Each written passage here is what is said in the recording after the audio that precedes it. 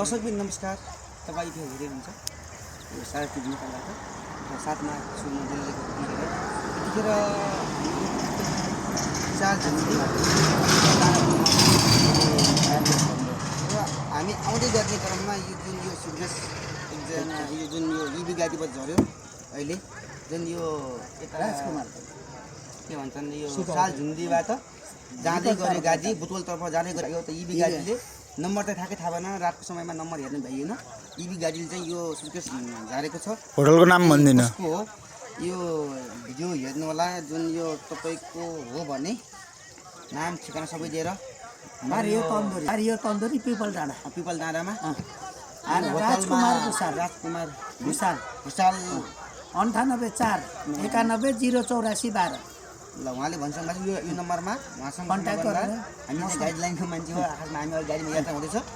अहिले हामी हामीले भेटाएर यदि हामी त्यो भिडियोमा हामीले नम्बर सहित राखिदिन्छौँ र उहाँको होटलको साउटीलाई भेटेर यो सालझुन्डी पिपल डाँडामा आएर यो लग्नु हुन हामी अनुरोध गर्न चाहन्छौँ।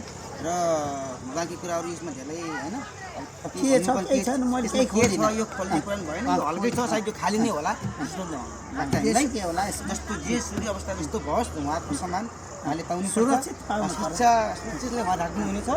दाइले हामीले जिम्मा दिएको छौँ र हामीले भिडियो हेरिदिन्छौँ। यो भिडियो मार्फत जो कसैले चिन्नु भए तापनि उहाँलाई सम्पर्क गर्नु होला। आफन्त हुनु होला, चिनेको मान्छे लाइट नम्बर खुलेको भए राम्रो विशिष्ट थाहा हुन्थ्यो, सजिलो हुन्थ्यो।